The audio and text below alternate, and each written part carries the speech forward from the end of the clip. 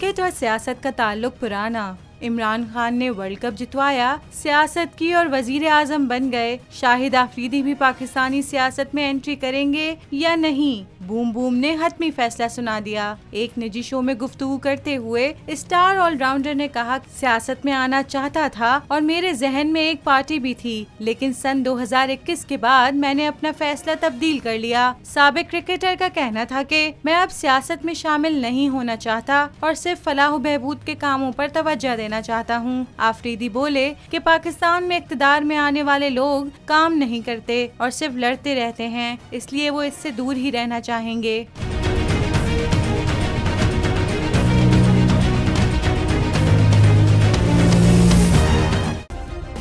Subscribe करें और bell दबाएं ताकि कोई खबर रह न जाए।